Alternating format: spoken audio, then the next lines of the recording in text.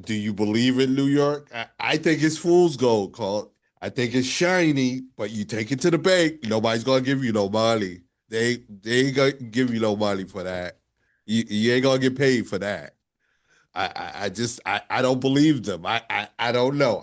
I know I'm a New Yorker. I'm supposed to believe, but I refuse to believe. I'm sorry. Is it me? Am I the only one who doesn't believe in New York? I mean, No, I mean, can you hear me or no? yeah, yeah. I hear All you right, good. loud and clear. Okay, cool, cool. No, I do not believe in the Knicks. Not at all. Not not one bit.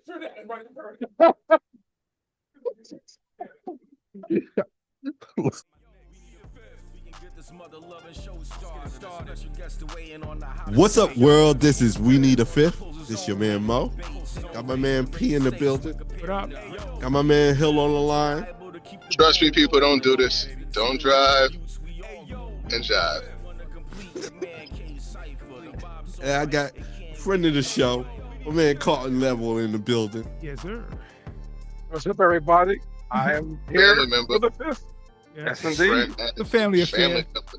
Yeah, family member. Got to get the barbecue going and everything. Yes, sir. Fellas, I want to talk a little bit about the NCAA. You got March Madness going on right now. In the men's game, I know we got the Elite Eight coming up tonight and tomorrow, if I'm not mistaken. All right. And we got, let's see,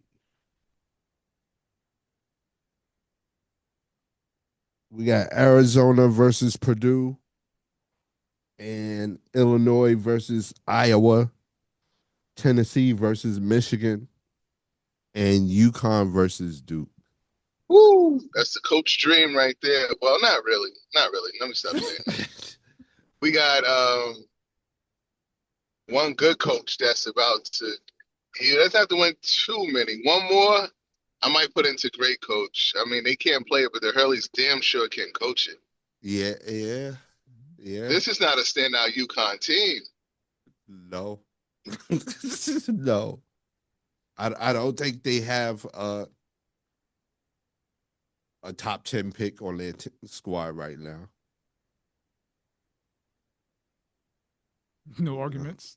No arguments on that, right? Everybody was Not like, whatsoever, but how many years is what you gonna have at UConn? What is it? I think Galbraban? he's a senior. He's a senior. He's a Is he? senior. Yeah, you know who I was going. Oh Yeah, my God. I saw them. I think whatever was their last home game. Like his parents was there. You know, they do the senior day Okay. thing. Yeah. Oh, yeah, he All right. has a couple of players that's Yeah. won the championships with him. Yeah. You know, and this is their senior year, so he does have a nice senior core to help lead these freshmen and sophomores that he has. How many chips does Dan have? Two, Who? right? Back to back. Yeah. Two, right? Yeah. Back to back. Yep. Oh man, he gets this third one with this team. Danny Hurley's a great coach. Now, does he have to win it all, or can he just get to the Final Four? No, he gets this championship with this team. No, he gets this championship with this team. Danny Hurley's a great coach. What is he if he just gets to the Final Four?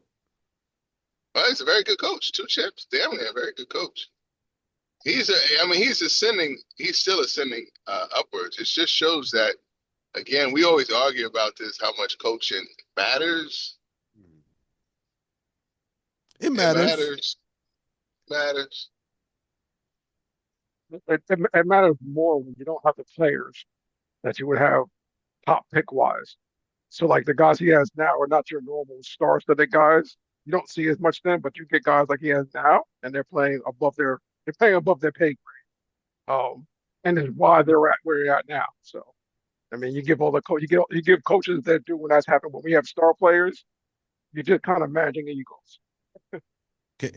Can we talk a little bit about the other side of that game, Duke?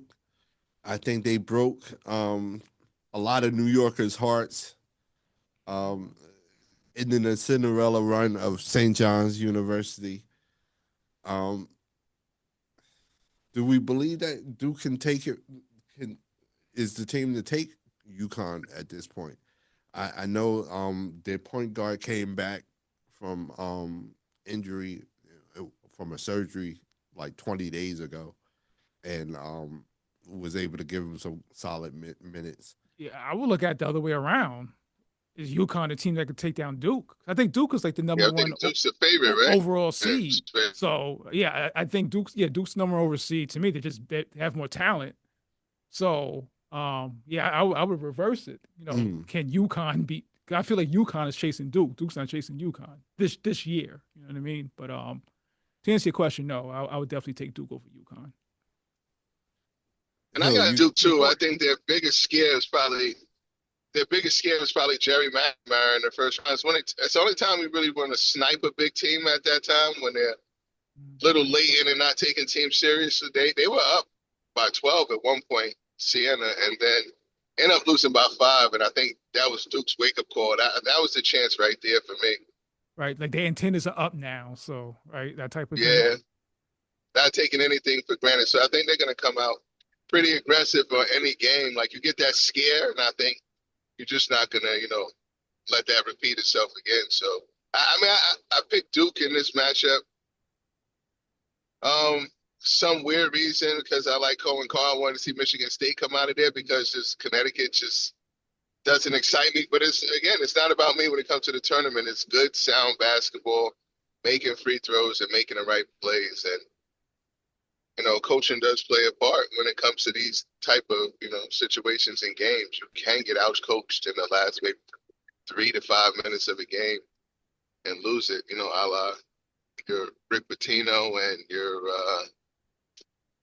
what's my guy down there in Arkansas and Coach Cal. Kentucky. Well, he did, Coach Cal, and then Kentucky with what you call him as well too. Pope. Pope. I thought that, I don't think he gave up a layup with a few seconds left after playing, sound defense for the last minute and a half. It just happens. No, but I think Patino, to go back to the St. John's thing, I think he did a great job. Like, I don't want to like rain on their parade, but that is not the most talented team in the world. You know what I mean? And they definitely overachieved. Yeah, and I think it's something to be said for coaching and defense, right? Yeah, and effort. And he also was another team that had a couple of seniors that they were able to benefit from. So guys that had experience, that were able to go on that initial run that he had when he first came to St. John. On the other side of the bracket, Arizona versus Purdue. I love Purdue's point guard. Speaking of Hurley, he has a Luka Doncic type feel. I would go more Bobby Hurley, but okay, Luka Doncic if you think. Whoa. Yeah, he's kind of shifty like Luka. His game is kind of Luka-ish. It's not the height, but he's shifty in his movements. Bobby Hurley's a tough one right there. Play defense like him too? Oh. Not just plays like Luka Doncic. If Luka plays any defense you know of, then I don't know. But just from an offensive standpoint, it definitely looks like Luka. So you got Purdue taking this over Arizona. Arizona been looking dominant all tournament. I got Arizona winning. Okay. Lev, who you got, Purdue or Arizona, man? Who do you like for that? It's always when it comes to teams like that, Purdue, I'm always going chalk.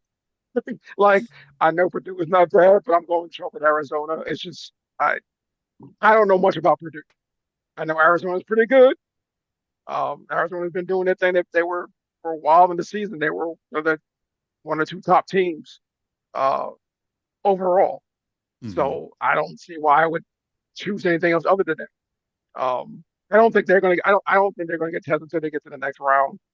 I'm not sure who they face after this one when they get to the final four. Yeah. I don't remember what bracket they are. You know, Um, West. yeah, I'm trying. I don't know. I guess they face what the winner of. I don't UConn know. do, I think. No, if they the winner of Is it Michigan, Iowa? Tennessee. Okay. If they play when they play Michigan, I think they will play.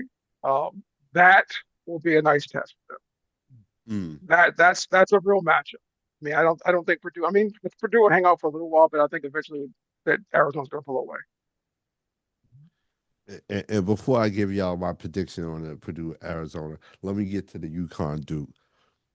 I'm gonna be a contrarian. I think it's UConn. I like the energy that they play with. I like Dan Hurley coaching them. I like the champion players that have won the championship, trying to get more, being greedy, and I think UConn has a couple of seniors on that squad that's greedy right now. They say they want one more. They want three. Um, and you know what? I think they might be able to get it. I think they might be able to get it.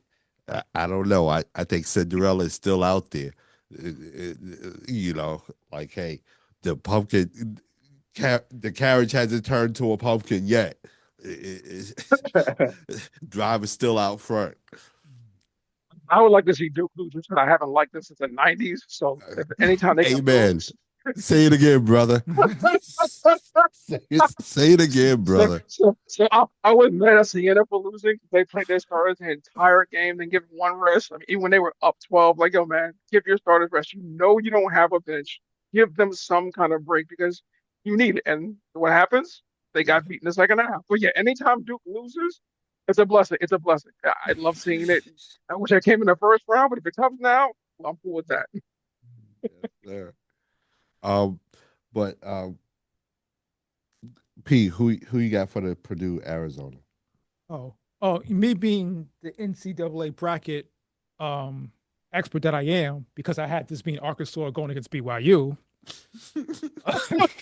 Still take this with a grain of salt. I love the superstars, man. Purdue, yeah, I got Arizona. I think them. Well, Michigan too, but they're just one of the most talented teams from top to bottom. They have good players coming off their bench. Purdue, I'm just not convinced. To me, they're kind of like a St. John's UConn to me, to be honest. Like Mm. I just think they're outplaying their actual talent. You know what I mean? I think that stops against Arizona. Hill, you said you had Purdue. No, you said you had Arizona. Um, for the next No, no. game, we got Iowa, Illinois, Big Ten, clash. Who you got, P? Illinois. Illinois. Okay. Hill, who you got? What Iowa versus Illinois. Yeah, give me the Illini. Nev, who you got? Yeah, I'm not gonna break ranking. I'm gonna go with Illinois. I just think they're a better team. I mean, I And think Iowa's gonna a I fight, just but I don't think I have enough. I just want to be consistent and transparent, just to show you You how didn't pick much of them a either. bracketologist that I truly am. I had Houston beating Florida in this one. So again, take my picks with a grain of salt. I think I had the same thing, brother. Uh, what you call it? For that one, I'm gonna go with chalk, Illinois. Yeah, Yeah, you see the theme here. My bracket, aka confetti. That's what they call my bracket, confetti. It's just, you just chopped it up. It's over. The last Elite Eight is going to be Tennessee versus Michigan. Um, Michigan been looking pretty dominant this tournament. Tennessee, consider them a dark horse at Yeah, this point. I, yeah. They weren't expected to be here, I'm right? looking at this. They might be the lowest seed left, right? No, Iowa. No, it's Iowa. No, sorry. All right, well, okay. Yeah. Um, yeah, I still would consider them a dark horse to some. You know, the SEC's they battle tested in SEC and everything. You know, Who you got? Michigan. Michigan. I actually had Michigan get into the Final Four, so this one I actually might get right. So that means that Tennessee's going to win. Nev, I could guess what you were about to say. Nev, who you got? Oh, I got Michigan. I mean, listen, Tennessee. They played a. I mean, last night's game was nice. It was tough. But I just think Michigan has. They have more than enough to beat Tennessee. I don't think it's going to be that. I mean, I think it'll be close for a while, but I don't know. I'm going with chalk. At this stage of the game, it's a lot of chalk left in the tournament. So let's just keep going with the chalk. Yeah. Hill, who you got? Tennessee versus Michigan. Let's go with Michigan. Okay, I think that's all across the board. I got Michigan too.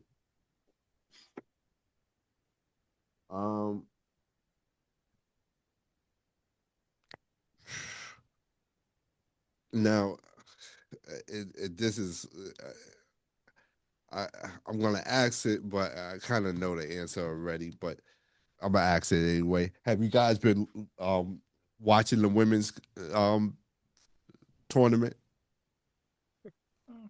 A little bit. Me, no. I feel like it's been pretty much chalk, right? Like more or less. Besides, like I think LSU losing. Yeah. You had in the women's game last night. LSU lost to Duke in a game. It was tied to the last 4 seconds. Duke He spoke about Duke too. hits a game winner. I had Duke as my dark horse in the women's bracket. Did have him, sure. What you would call it? I really like Fournette. She's I think she plays forward or center for them. But she's a beast. She has to me she has like the Kevin Garnett type of approach to basketball and demeanor. Just that, hey, I gotta have it. I'm gonna do whatever it takes to help my team win. I'm willing to rebound, willing to, D up, willing to do everything, and just leave it out on the court. And she's she's a beast. She's a beast, definitely.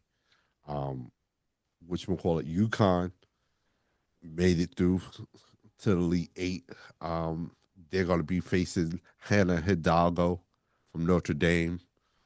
Hannah Hidalgo has been real big during this tournament. She's been averaging damn near 7 steals a game. So it's going to be real interesting to see her go up against Azizi Fudd.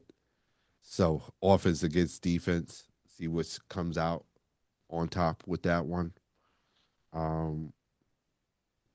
We got South Carolina. They're playing today to get into the Elite Eight versus Oklahoma. One of the few teams that's beaten them this season. The last time they met, I think Oklahoma beat them in overtime game. So that's going to be interesting to watch. And who else we got? Mo, if it ain't Madison Booker, I don't want to hear about it. See, you got UCLA and Texas still out there. I'm going to ask a different question for the women's. With all the teams I just named out there and whatnot, who do you guys think is going to end up taking the title this year? Okay, now you're in my wheelhouse. I don't know how this happens, but I have all my Final Four teams still alive in the women's. Okay. Yeah, that's fair. I don't know how that happened, but apparently I'm a women's college basketball expert, and men's I know nothing about. I got South Carolina cutting down the nets. I believe I got well actually my final four is the final four I got is chalked, you know. So I have South Carolina beating UConn, UCLA beating Texas, and South Carolina cutting down the nets. Okay. I haven't seen anything to change my mind. Yeah. We need to watch more Madison Booker then if that's the case. Because outside of Juju, No, that's your number two. actually, I haven't seen her play. I'm not even gonna hold you. I haven't seen. I've seen her like I think last year, a couple of games in the tournament. But I didn't even see it this year. But So you like Texas? I love Texas. Yeah, I got Texas cutting down the nets. Okay. Nev, who you got? I'm gonna be a bit sexist and say, hey, I haven't watched any of the women's basketball games. Terrible, Nev. Can't take you anywhere. now say which Terrible, Nev. now say which one does Cheryl Miller play? Can't take you nowhere. Which one does Cheryl Miller play for again? Come on, man. Please. I'm being very honest. I haven't been ever since. I mean, listen, once came like talking Angel Reese I was out. I was done, finished, done. Wow. I know about South Carolina. I know I know UCLA has a good squad. But as far as watching the game, no, I haven't watched a single game. So I will go with y'all because normal in this situation. I think what you'll end up probably seeing is um UConn being in there, and they'll probably end up. I think based on the highlights that I've seen with Sports Center, they're Wow. gonna win. Terrible, Nev. Just terrible. Can't take you nowhere. Terrible, but honest. I'll probably ban for this segment after this, but I'm gonna be honest with that, son. No, unfortunately, Nev, you're not by yourself. It's okay. I work with them all the time. It's okay. Trust me. I'm the anomaly on the show. You're in a safe place. Cool. Terrible. Just encouraging them, Nev. I thought you were a friend of the show, man. Jeez. Listen, I'm trying to civilize these guys and get them into women's basketball and you wow, thanks, Nev. and I can shut you down. That's what friends are for. Oh man. One of the things also wanted to talk about is it kind of works with you guys because y'all all went to school out in North Carolina. What do you guys think about the recent firing of Hubert Davis at UNC? I think we touched this on a little bit last show. I think it's premature. I would have gave him another year or two. But I get it. They're UNC. They're blue bloods. Losing in the first round is not a good look. But like I said last time, I would give them some grace because your number one recruit, your best player, Caleb Wilson, was injured. So but yeah, he's unemployed right now though. At the end of the day, Hill, how you feel about Hubert Davis firing in UNC? I'm indifferent. No, you're not gonna shed a tear whether they cap him or let him go. Tell you the truth. Results orientated. I wasn't surprised. Put it that way. I think how it happened and when it happened played a part into it. It's probably a knee jerk reaction, but it's not one that I'm gonna cry over. Nev, how you feel about Hubert Davis UNC firing? I think UNC just was looking for an excuse to do it because I think he's been losing the recruitment battle with Duke since he's been there.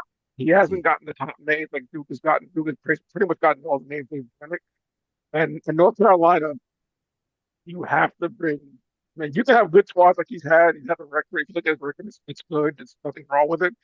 But he's not being able to compete. Which on the other side is Duke, who's been getting the fruits, getting the name, getting the Final Four, getting the Elite Eight, whatever, and he's continually not come up. He'd come up short. And then you got no if you're gonna keep a standard which North Carolina had, like when we grew up, That was it. That was the rivalry. Mhm. They had stars on both sides that everyone knew that was going to the NBA. Carolina did not have that at the stage. Um, I agree with you guys. I think it was just um a thing of the perception or the mystique of Carolina, you know, as opposed to hey the results that he was able to provide, it just didn't match up, and I think to your point, Nev, being surrounded with Duke and hey any other school out there that's doing well or blue blood school that's doing well, um, and you're not even getting lottery picks at this point, you know, anymore. Yeah, or struggling to find those players that would be in the top 10 in a draft pick. So it's been a while since they've had a top 10 pick play at UNC. So, and especially in this age of NIL, you know, UNC has the money, you know, with their alumni and whatnot. So there's no excuse for you not attracting those those caliber of players. Um, yeah, but they haven't been that UNC for a while. um, before we get off of the NCAA, I want to talk to you guys a little bit about NCAA is considering making it more difficult for players to transfer to new schools and begin to play immediately. They're considering instituting, I guess you would say, a penalty if a player transfers more than once, making that player sit out on that second transfer, have to sit a year before they're allowed to play for that third team that they would be going to. Um, I I was talking to P about it off air. We were just talking about how do you do that to players, but there's nothing correspondent for coaches that break their contract. We talk about the basketball coach for NC State, I believe. He was at LSU 2 or 3 years ago, got fired, I think, or He got caught. he got fired, let go at LSU, went to McNeese, and then went to NC State, and now he's going back to LSU, and he hasn't completed any of the contracts of the schools that he went to, whether you talk about McNeese or NC State, and he's in all effects and purposes, he's transferring to a different school. He's transferring back to LSU, and nobody's talking about, hey, he didn't honor his contract because I'm sure he was signed for more than 1 year at NC State.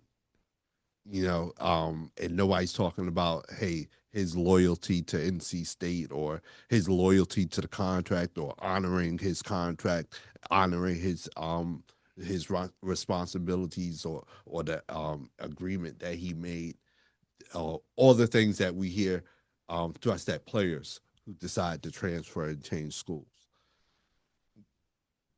Where are you guys at on this issue as far as, hey, do you think there should be a penalty for players who seek to transfer more than once in their college career? Hill? No, I don't think it's a punishment. It's just, I mean, it's normal NCAA hypocrisy. I mean, not surprised about it. I think that if the kids want to take a gamble on their future, I think they should allow to. Whatever happens after, the repercussion falls on that would-be student growing into a man or a woman. So it's just a learning pain. So I think you should have that ability to do so. But I'm surprised. No, it's just what they do. Now, where you at on this? I'm trying to think back on what Hill said, but at the same time, is also the same LSU that did the same thing. Ole Miss with Lane Kiffin, bring him over there. This is something that you see regularly, coaches. Um, and you knew eventually once the players were able to do the same thing, that was going to change. If if they can control one, if they can control someone in this situation, it's going to be the players because the people don't come to see the coaches. Period.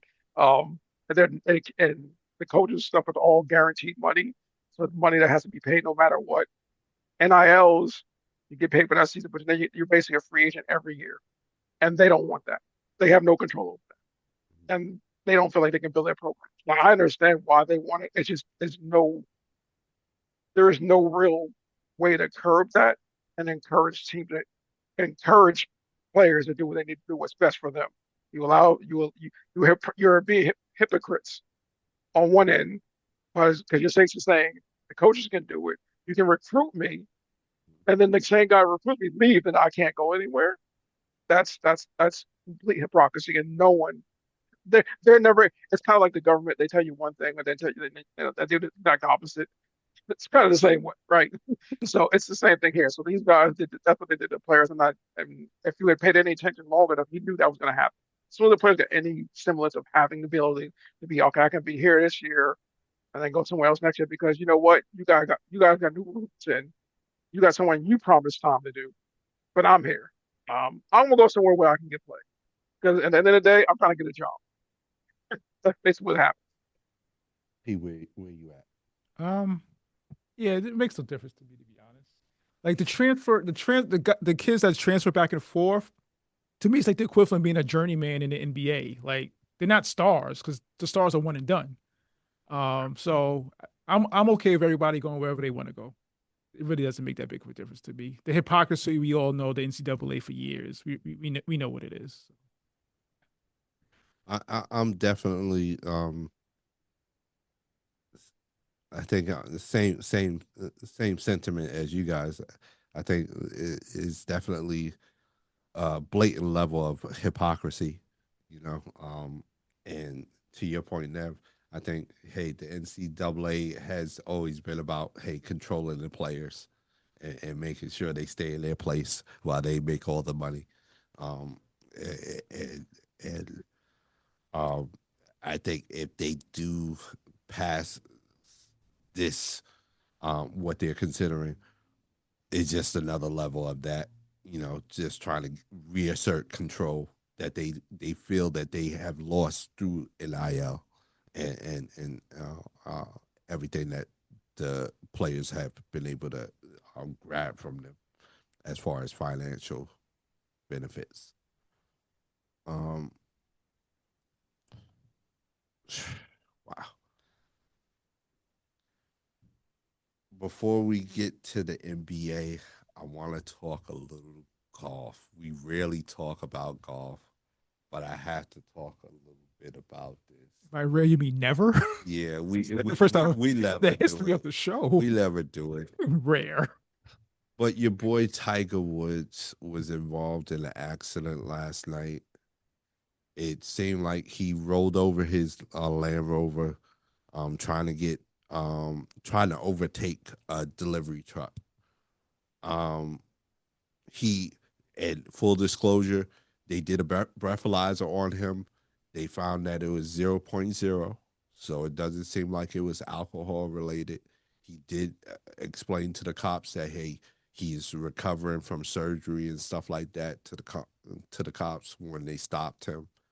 Um, he did refuse a urinalysis, refused to provide urine for testing and whatnot, and that's So what when he, they stopped him, yeah. When they got to the They got to the scene. to the I was scene about to and say, I whatnot. thought he was overturned. Yeah, he was overturned, but he wasn't hurt. In the accident, thank God for that. It seems like hey, they were like I said able to talk to him at the accident site, and yeah, this is the fourth incident Tiger's been in involving vehicles or driving incidents since 2009. 2009, that's when he ran into the fire hydrant in front of his house. Um, in 2017, that's when he was caught, found sleeping in his car after having did some type of property damage. I think he hit a post or something like that. And he was I think he was charged with reckless driving with that. And then recently in 2021, he was in that really bad accident in California where he had damage to his tibia and his fibula, and he had to have emergency surgery. Um,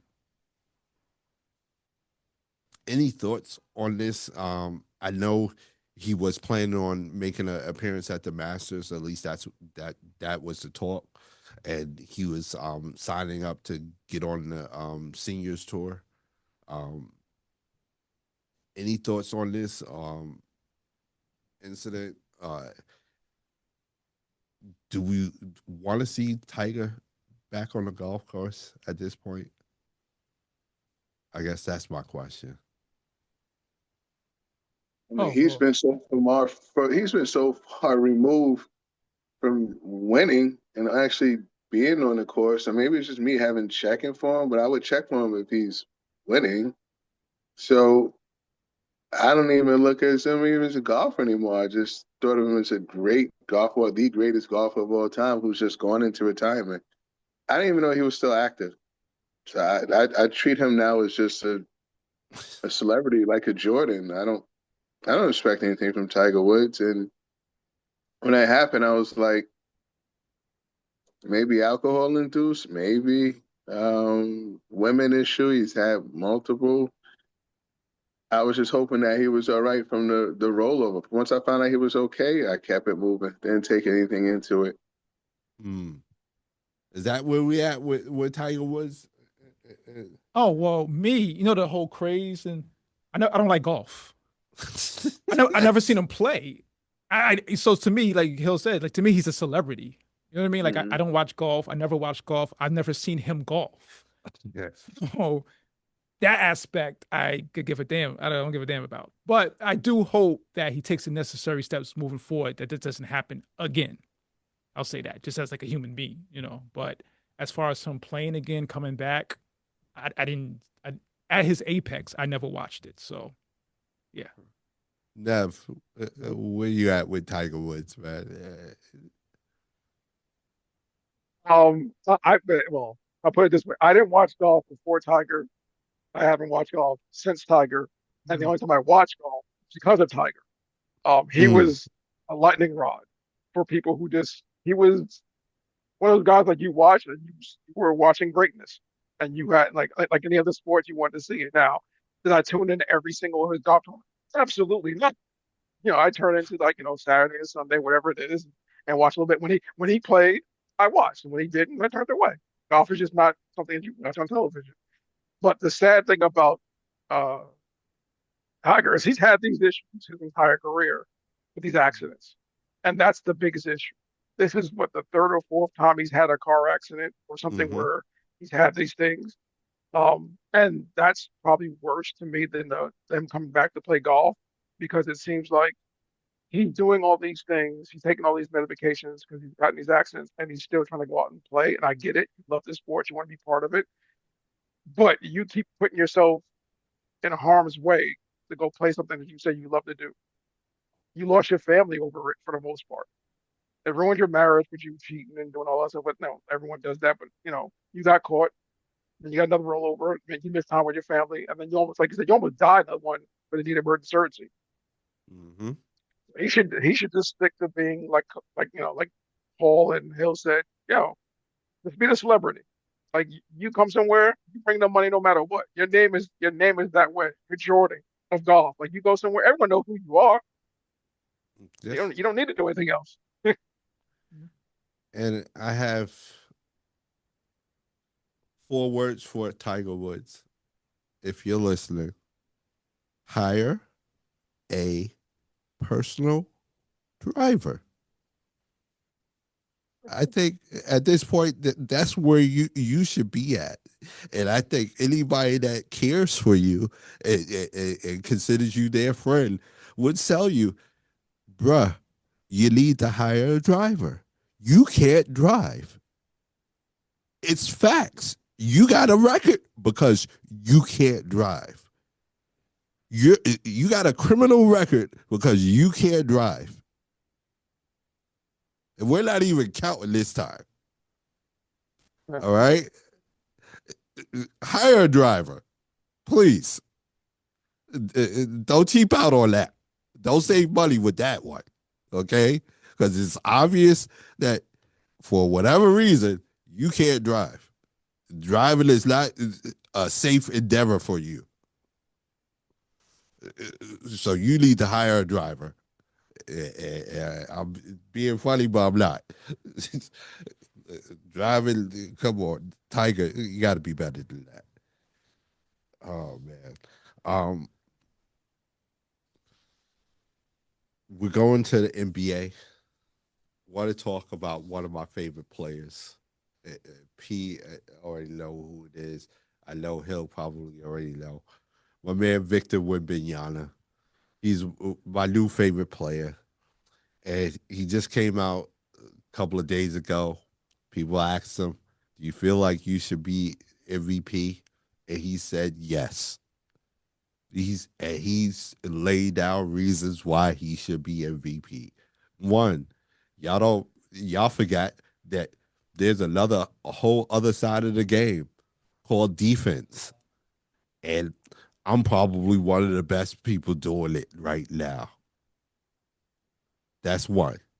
Number two, we played OKC and SGA in them, and we dominated them. That's two.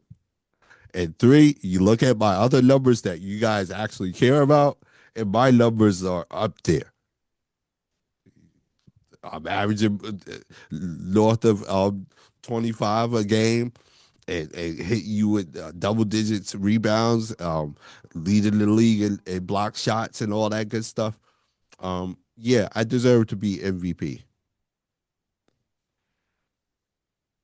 Fellas, I just need to know where y'all heads are at with this victim with Binyana and how he's approaching this MVP race and how he's approaching basketball in general. I just need to know what you guys are thinking about Mr. Wembanyama. Nev, I'm gonna let you go first, man. No problem, no problem. I'm gonna let you go Um, first. well, it probably would have been here. So me and Hill will talk about this off air. It would have been interesting to have someone else here that doesn't feel like he's one of the, or not the best player in the NBA right now. And we all know who doesn't think he's that good. But on the other hand, like I'm with you guys. I mean, he is by far refreshing. Um, After having to deal with the last 15 years of LeBron influence media type stuff, Mm. where you get the uh, passive aggressive, oh, I'm not really interested in it. I pay attention to everything. I'm like, y'all do, and all this other stuff. Like, no, no, no. I'm kind of like Kobe, but I'm a lot friendlier type deal. I'm kind of like Michael. I'm a lot more familiar. I say it with a smile because I'm kind of like Steph Curry. No one thinks of me as an assassin because I don't have that snarl. But when he goes out and plays, he dominates. He goes out there and he tells you like, "Yo, I'm here to beat you, whether it's an All-Star game, pickup game, exhibition game, or win the MVP." Not, do I think he wins it? Probably not this year. 'Cause I think Shea just had such a lead early on 'cause of how the Oklahoma City is doing. But he has, if anyone other than Shea doesn't win it, he should win it. There's really no one else that I can see. I mean, you can call in Jokic, but no, I would pick Wembanyama. He's that good, and um, he has. I mean, we talked about this off air. Also, same thing with Hill. He has the ability, if he doesn't win, even if he doesn't win as many championships as Jordan, as being the absolute best player we've ever seen on the planet Earth, ever. Like better than anyone we've ever seen. I don't think you'll ever see another guy who's 7'6" doing what he's doing. You're preaching, brother. You're preaching. You're preaching right now. Take him to church, Neville. Take him to church. I'm just saying. Kyle, I didn't want to bring his generational name out talent. there. Didn't want to bring his name out there. Generational talent. That's all I'm saying. I'm not naming no names, Kyle, but I'm just saying. Um, Hill, where you at with Wembanyama? Do you have an issue with his answer to whether or not he deserves the MVP? No, I mean he should feel that way. You know, I would feel that way personally, even if I didn't have his stats. If I was close enough to that, so he should be. I'd be disappointed if he didn't. Put it that way. Um, it's 2.5 away from Shea, so I can see something happening where they give it to Shea. If you encompass everything, you can give it to maybe that second guy. I think catch up would be best, but over 50 wins, check. 24 and 10, check. 50% from the field, check. I think it's about 35 from three blocks, couple of steal in there, 3 assists. Like maybe get the assists up some more. But he's the anchor to a San Antonio team that seems like a really scary out. So I have a lot of interest in this season. I would be happy if he won it. If you're gonna give it to a Shea and in the East, who would it be in the East if it's anyone? Nobody, right? No. I mean, before Cade got hurt, I would have Yeah, said nobody. Wade. Nobody. Yeah. Nobody. 2.5 is a funny number to take it away from Shea. I would say maybe 2, 1.5. Definitely could match him or overtake him. It's going to be Wemby's for a lot. So let's see how the last of these games play out. But so far so good, you know. But I have a problem with it. He. Wow. I mean, all you guys' points was like pretty much undeniable. I agree with pretty much everything. Like, I always said, like, Jordan's my GOAT. This is the first person I've ever seen that could challenge that. You know what I mean? Like, if we're just picking teams, like an all-time draft, even from what I've already seen, I don't know. I might pick him over, you know what I mean? Like a 7'4", 7'5" guy who could do all of this. Why would I pick someone else?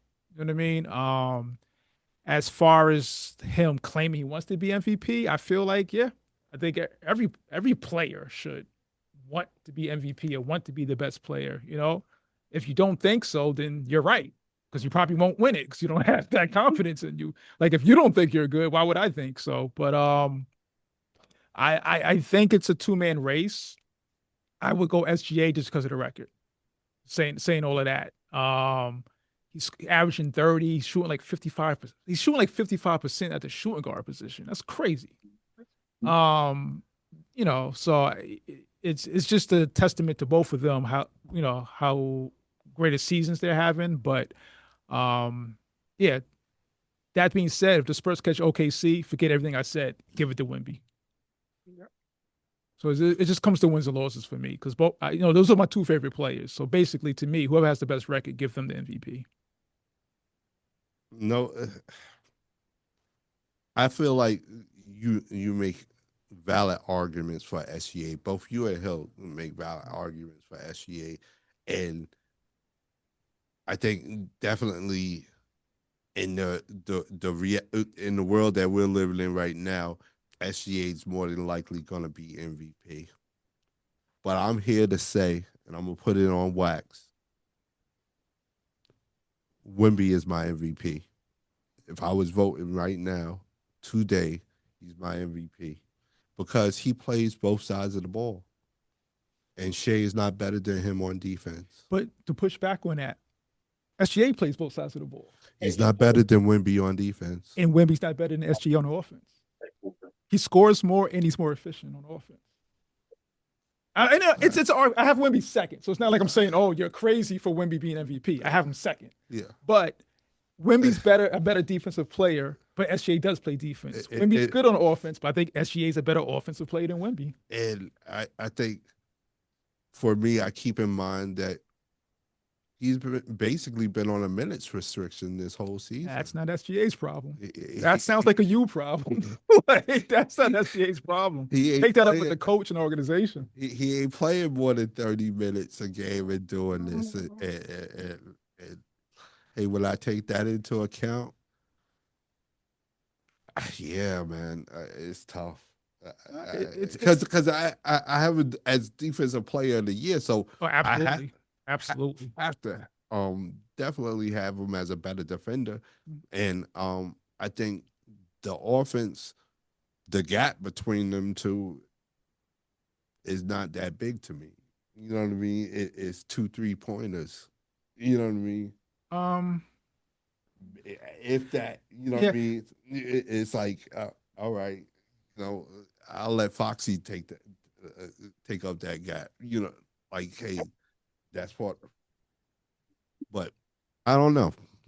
But for me, like I said, Wembanyama is my new favorite player, man, and I'm all for campaigning for him for MVP because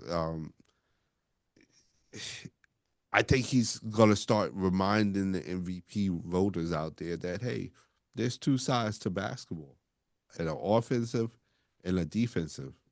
You know, offensive side of the basketball sells tickets, but defensive side of the basketball wins championships.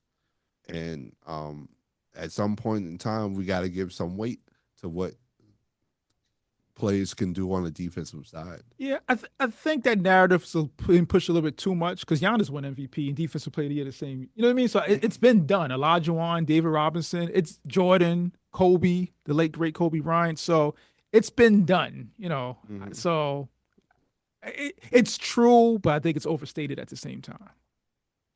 I think all the players you just mentioned.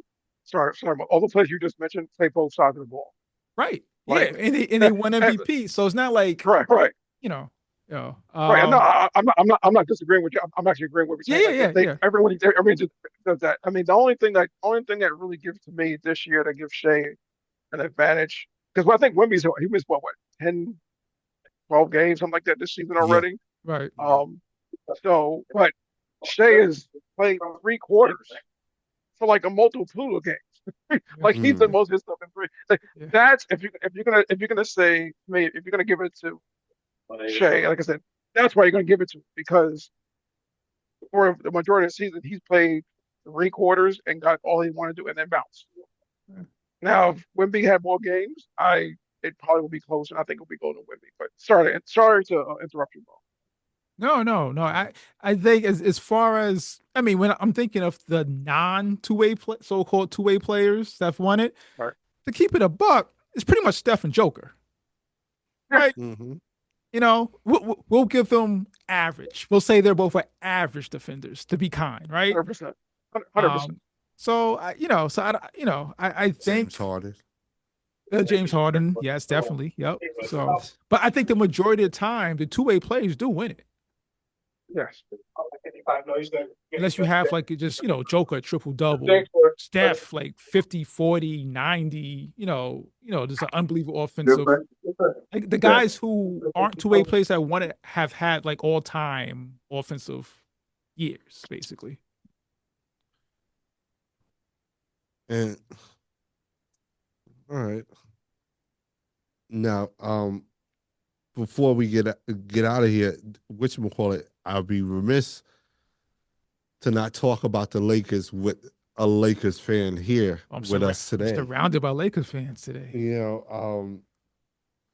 First, for the Lakers fans out there, do y'all believe that the Lakers have found the formula to make this group of players championship contenders or legitimate championship contenders? Because I think for the majority of this season, we've been kind of trying to figure out which Laker team we're going to get and what their identity is going to be. I don't know why. They've been on a nice little run. I think they've won 12 games in a row, if I'm not mistaken. Luka's been averaging 40 points a game in the last 12 games. and whatnot. LeBron has become. It seems like he's resigned. Accepted the third option role. Um, do you think the Lakers have found the formula to success? What is the formula though? Just whatever they're doing? What I mean, they had LeBron, like I said, accept the third option role. It seems like they've convinced Aiton to be a more attentive rim protector. Whatchamacallit, got LeBron playing defense. Luka trying on defense. I think they've also gone to more of a zone setup on their defensive end. They're not leaving guys on the islands like they have in the past and whatnot. It seems like they're playing a lot more zone on their defensive side. And from what I'm seeing, they're staggering when they're playing Luka, Reeves, and LeBron. I think it's either Luka and LeBron or Luka and Reeves. You know what I mean? It's never those three together exclusively for long stretches. One of those three is subbed out and moved out of that equation a lot more often. Yeah, so I initially came in the season not thinking they weren't going to win the championship. I just didn't think they had enough to do it. Based on what I saw last year, I was like, all right, you guys are good. But it's not enough. This last month or so, last 14, 15 games, they've shown you a way how they can beat teams, right? They've shown you their defense. If you're a Laker fan, you cannot, or if you're trying to say Lakers can win the championship this year, a chip, don't expect them to play lockdown defense. It's just not happening.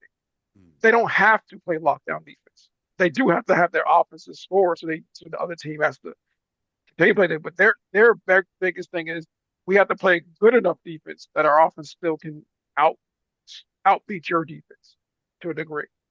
Um, but their biggest issue to me isn't the three of them. Well, obviously, when the three of them play defensively, I think I've had this conversation with Hill up here. I think I've had with Hill up there, and like you already know, that's like the wing guys get by all three of those guys with ease. Like everyone does by all three of those guys with Barbecue ease chicken alert. every time. Barbecue To a chicken. screen, 100%. Like, yeah, we got this guy. We take with and they will pound it. But the biggest issue for the Lakers come playoff time to me is what happened last year, and that was there was no Austin Reeves. If he does not come through for the Lakers, they have no shot of winning any series. And his issue is he's not quick enough to guard most guys, and he's not strong enough to guard most guys. And all the moves he does, and I think we talked about this, he does a lot of herky-jerky moves. Not because that's what he does, because he has to do those things. He just doesn't blow by people on a regular basis. It doesn't happen. He has to do a lot of stuff to get by people. But as a Laker fan, yeah, I mean, am I happy with them? 100%. I'm enjoying this ride. And I will enjoy this ride right until they play San Antonio.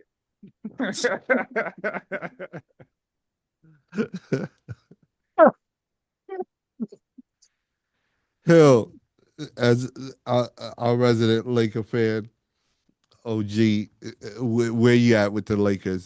Do you think they found the formula, or is this the formula? I mean, Luka's amazing. They're in third place. I mean, I I don't want to give JJ Redick that much credit, if any credit.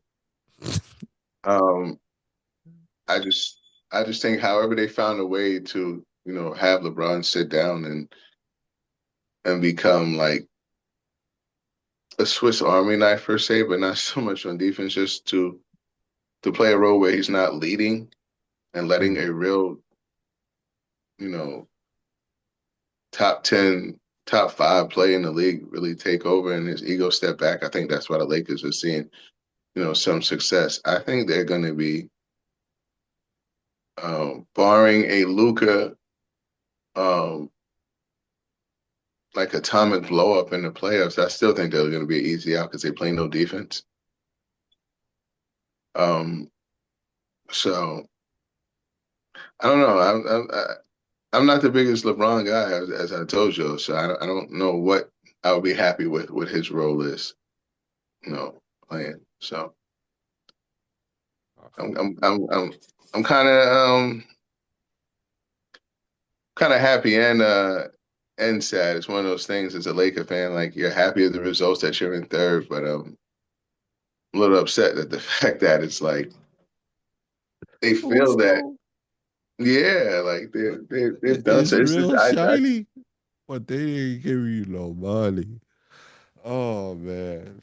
Yeah, I think I think they could be beat by anyone who comes into the playoffs, except for Luka's 60, 60, 70 type thing. If he does something crazy for sure, but don't trust the Lakers, trust me.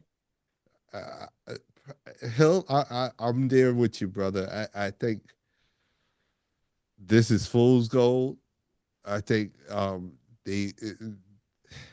this is not something that's going to be sustainable in the playoffs. Like I said, offense sells tickets, defense wins championships, and I think our defense is really subpar. And I think the teams that we'll expect to meet up with in the playoffs, they all have answers to our defense. And I think they all have answers as far as, hey, who's going to keep up with Luka as far as scoring and whatnot. You're thinking right now it's looking like Minnesota or Houston is going to be in that 6th position. Then out of that, you got Denver, you still got, OKC, San Antonio, all teams that I think feel comfortable maintaining a scoring pace with the Lakers, and feel comfortable saying that, hey, they can get at least one good stop against the Lakers. And the Lakers can't do that to them. P, where you at with the Lakers? You think we found the formula? We found the key to success? Formula for what? For a championship, for a run, P. What it's the Lakers. We only talk about championships with the Lakers, brother. All right, let me say, like, LeBron is, obviously one of the greatest to ever do it. Luka is one of the top 10 players in the league. I think that's okay. Easy to, pretty safe to say.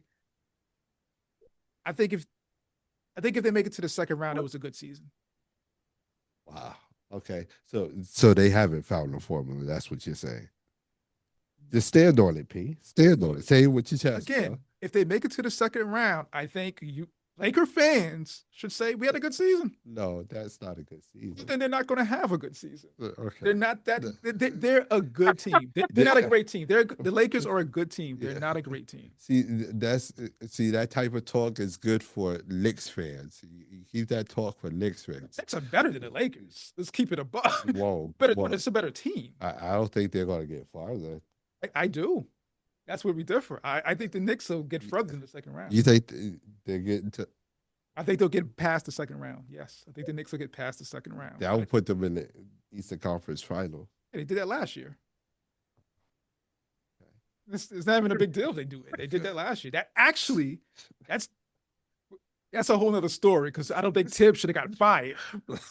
Knicks do not lose in the conference finals because then Tibbs had nothing to do with it. Don't tell me, he didn't play enough players.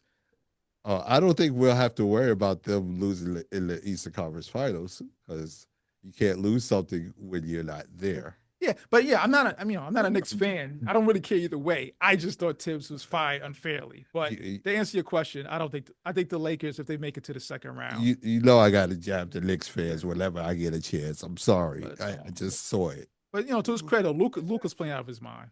Give credit where credit's due. But I don't see them beating anybody in the second round because most likely they're going to face San Antonio or OKC in the second round. Come on, man. Come on. Yeah. Like I said, what you call it? I think it's fool's gold. This little streak we was on. I don't think we'll actually be right until we decide to. I finally converted to the dark side of the Forest Hill. I'm in your camp. I don't think the Lakers can get right until they decide to trade LeBron James. I said it. Oh, he's not the only problem. I said it. Oh, and his son. I'm sorry. No. Once he leaves, Austin Reeves and Luka Doncic are not going to become better defenders. Wait, no, Pete. You don't understand it. In my dream world, the Lakers are trading LeBron James and his son in a package deal and they're robbing some team of resources. They're getting a player back that's serviceable, that could be a serviceable role player, defensive wing or something, and they're getting multiple picks and all that stuff because somebody wants LeBron James. I think that somebody should be the Cleveland Cavs. Cleveland, bring your boy back home. I don't see how that makes Luka and Austin Reeves a better defender. Because you trade him to Cleveland and maybe you get a Jared Allen. You know, I'm just throwing. Maybe you get a DeAndre Hunter. I'm just, you know what I mean, just throwing it out there. And a pick. You know what I mean, and a pick or two. You know, I take that, right? I would take that. Would you take that right now, Lev? I'm just saying. Is it me? Am I the only one? I think every one of us, all of us who grew up as Laker fans, loving Kobe, cannot wait to see LeBron league at this stage. I think we're all looking forward to him to go. I think though at the end of this year, I think he's the free agent anyway. He's done after this. There's no more LeBron James this year after this year. So you will get half of your wish. You just won't get the picks. Yeah. They should have traded him during the season. Yeah, I just want to be greedy. That's all. I'm just saying. Hey, if we could squeeze any type of resources out of him while he's heading out the door, I want to take him. Yeah, I'm there. Listen, if someone wants to take him while he's on the way out with picks, I'm willing to go ahead. Go ahead, take that. Give us the picks. Call it a day. You know, he can sign. He can re-sign with you guys. Yeah. But you know what you can do? What they call that sign and trade, whatever they do it is. Yeah. You sign and then you trade them. Do that. Yeah. That would be fine. I'm fine with that. I didn't think about that. You're right. If they do that, I'm fine with that. Listen, and I think him and Bronny is worth either Jared Allen or Donovan Mitchell in a pick. I mean, because we're talking about a legend. We're talking about a legend, y'all. Y'all love this guy. He's 41 years old and he's scoring records, all that. Y'all love him. I think that's Donovan Mitchell in a pick. I'm just saying. That would be nice. I don't know if we can Donovan Mitchell, but they have to trade Austin Reeves at that stage too. He has to be or Jared Allen. I mean, I'm not picking. No. We take both. We take both. We take Mitchell and Allen. You get rid of Reeves at that stage also. Which is at that stage, you know what? Austin Reeves gonna be up for conference soon too. Oh man, I'm wilding out here, man. Last thing I want to talk to you guys about. NBA just agreed to do the expansion for Seattle and Las Vegas. I think they opening it up now to receiving bids for those two franchises and stuff like that. I think anticipating not next year, but the year 28-29 season, they'll be coming in. What do you think about the NBA expanding, Neville? It's always interesting whenever you add more teams because you know those teams more than likely will not be any good for the few years. But going to Vegas will be interesting. That's a huge market which is seen to be doing very good in all the other sports. So I can see why NBA wants to also be there. They had their summer league there, they can kind of piggyback off of that also. I don't know about Seattle. I know Seattle has the history, but that history is with OKC for the most part. I mean, like, yeah, you bring back the Seattle Supersonics, but at the same time, it's like it's kind of like the Charlotte Hornets, right? They went from being Charlotte to New Orleans Pelicans, and then they came back and been Charlotte Hornets. Okay, cool, but they've done nothing since they've been back in Charlotte. So it's like you get more players, yes, but I'm like, all right, we got two more teams that are not going to make the playoffs. And what we had 32 teams now. What we got 30 teams now, and two more will be 32. Is that the number? Yep. So basically, you'll have half the league making. You'll have more. You already have more than half the league making a playoff play-in scenario, right? Because you have the 10 20 teams. squads on each side. Yeah. So you got 20 of the 30 teams now. That's ridiculous in itself. But now now you'll have the exact amount. Half your league is going to be in the playoffs, barring the play-in once everything is all done. Um, I don't know if it helps them at all, other than the Vegas one. I think Seattle is nice, a nice story, but they ran out of money before. They'll run out of money again. P, where you at? I know where you at. I know where. I think I know where Hill is at. I just want y'all to get it out before I get into my little rant. An NBA team in Las Vegas, the gambling capital of America. What's the worst that could happen?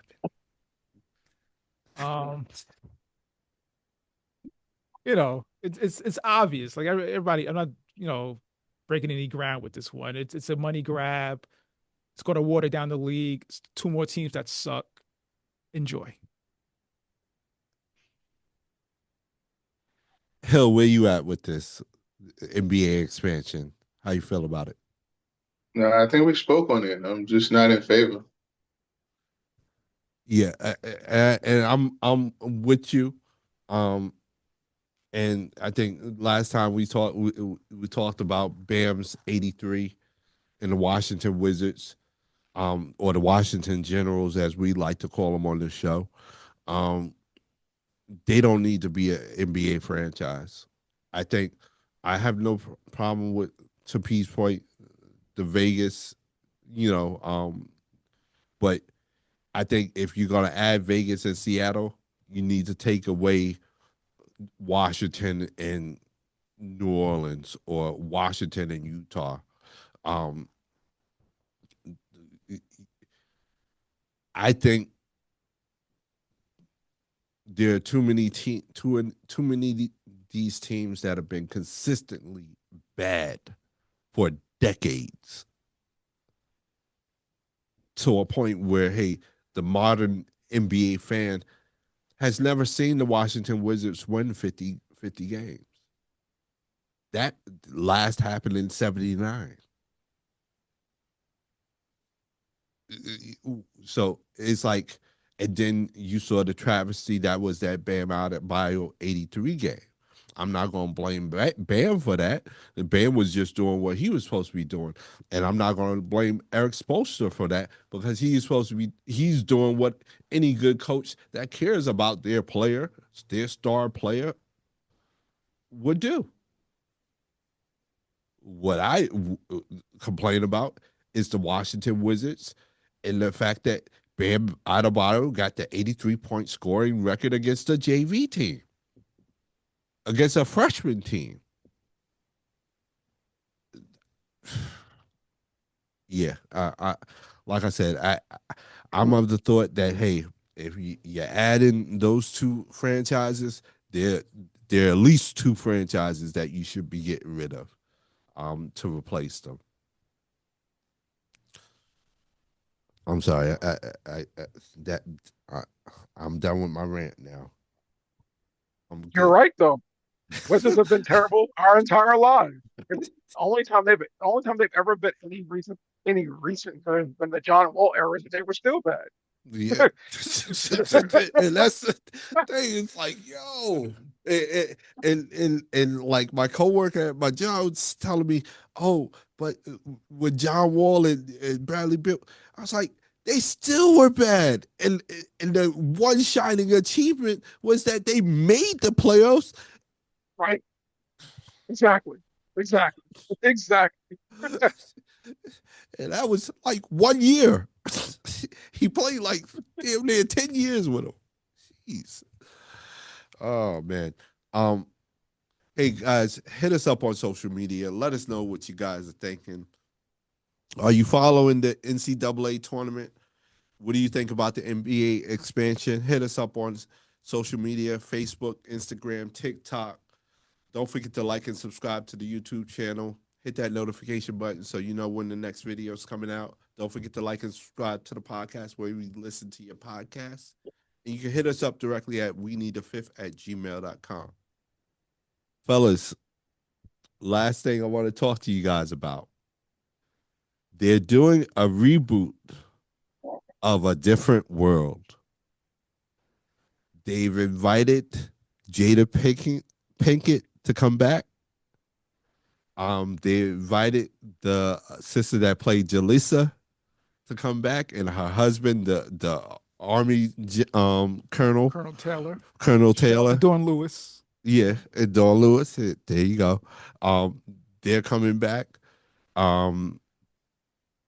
It's supposed to be Dwayne and Whitley's daughter as one of the central characters, the new generation of Hillman.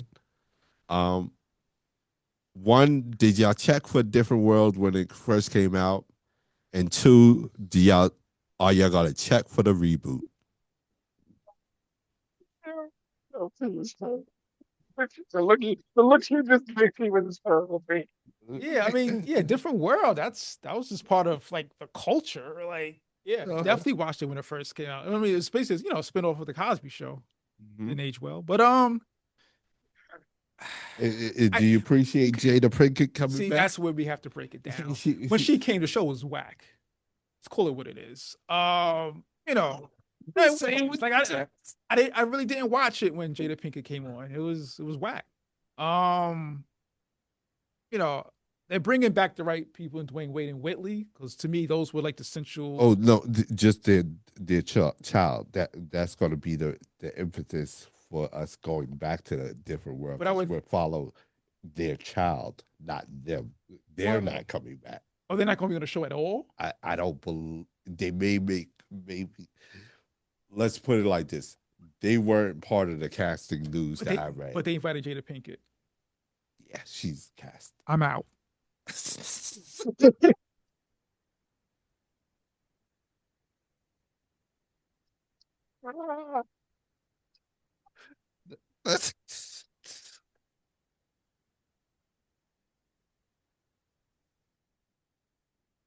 No, really, there might be like 10 characters better than her. There might be 10 different world characters that I thought were better. I didn't watch the show when she got on. I thought the show just took a nosedive. Oh man, that's my honest opinion. I mean no harm. Yo, where you at? You checking for a Different World reboot? You there for that? Just like House Party. Nah, I'm good on that.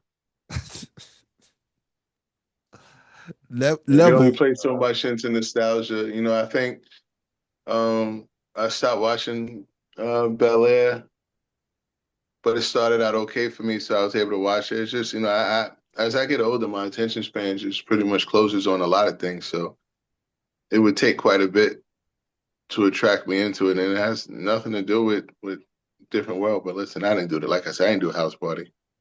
Coming to America, coming to America is, they want more people back to Coming to America. Don't mean you have to do it or should do it. Jada Pinkett's not enough for you to come back to A Different World and check it out, huh? No. Nev, where you at with A Different World? I'm gonna piggyback on what Paul said. Yo, obviously when we were younger, we all watched it at some point, right? Like, I don't know. Me personally, no, I'm not interested in it at all. I didn't even know they were making a remake until you guys told me that's what they were coming on. I was like, oh, okay. I'm probably not gonna watch it because I didn't watch the new Fresh Prince of Bel Air. I get they try to bring back some of the stuff that we grew up on, but we're far past that now. Like you tried to do it with White Man Can't Jump, that failed. I mean, that was terrible in itself. That was a one-time great movie. Oh, but good movie, great movie, whatever you want to think. But it was a one-time great movie. It was a nice little thing. Same thing with Fresh Prince of Bel-Air. Fresh Prince of Bel-Air was in a time on TV, on a series on TV where we had a lot of black sitcoms going on. We had Cosby Show, we had Different World, we had Fresh Prince of Bel-Air, we had the Steve Urkel stuff. We had a lot of different TV shows going on, not the same time, but within the span of that time. And it was something that was unique. Now, I don't think it's gonna hit. I don't think it's gonna make any difference whether they bring Jada Pinkett. I don't think that's gonna help. Um, I don't think so. I don't know any of her stuff that I don't know anything she's been a part of that would be. Um, I just don't. I don't have that information. I mean, I'm not trying to take a shot at her, but I don't have that. I don't, and I think it's more just kind of her name recognition. But he wasn't the reason why we watched the show in the first Okay. Amen. place, right? Blocker, shots fired, shots fired. Just the facts. Well, she was So, like, I so, guess her. It's like, so it's fair to say for you guys, y'all not checking for the He-Man remake. You're not checking for the Highlander remake. I'm not checking for Highlander. Highlander, right? I didn't watch the first one. The remake. Listen, they got me with Transformers. I've been watching the. I'm good. Oh, okay. All right. Fellas, before we get out of here, we always ask what's on the radar. Hill, what's on the radar for you? I would say NCAA, how it's going to play out. It's a toss up for me right now. Who's going to win it? So, kind of interested in who's going to win the entire thing right now for me at this point going into April. Neville, what's on your radar, man? What? No one's talking about the UFL? I mean, no one's want to talk about that now. Whoa. First time. Whoa, Nev. I know it's first time. I'm gonna give you a pass on the first time, yo. I'm not watching. Whoa. I'm not watching the UFL. I'm not watching the UFL. I'll just throw that out there. I'm not watching. I just figured no one. I think someone has to sit there, give us some of the props for give us some advertising. Let me find out. UFL sponsor. Not at all. Not at all. For me, I really like the way the NBA season's coming to an end. I'm looking forward to the playoffs coming up. Regardless of whether that, I mean, obviously I don't want the Lakers to win it all, but whatever. That's the fan side of me. But like this is good, and baseball just started, which like I don't watch the entire season of baseball for the most part. I watch opening day, a couple of games in the middle, and then when we get to playoffs, I get ramped up for that. But it has started, so it's good to see that baseball's back, and you see crowds are lined up. My team is terrible as usually they've been the last 20 years of my life, but hey, that's how it goes. He's a Mets fan? Yes. Oh, I'm No. sorry. No. I am not a Mets fan. I'm not a Mets fan. It's worse. Malik, it's worse. I'm an A's fan. I'm an Oakland A's fan. Whoa. Right. What were they last year? The Sacramento A's, basically? It's crazy. They're still Sacramento. They're still Sacramento, by the way. Yeah. Wow. I'm sorry to hear that. I am too. They're looking forward to going to Vegas. That's what I'm looking forward to. Then when they get to Vegas, that's something. Whoa. Vegas, baby. Whoa. Yes, sir. P, what's on your radar, man?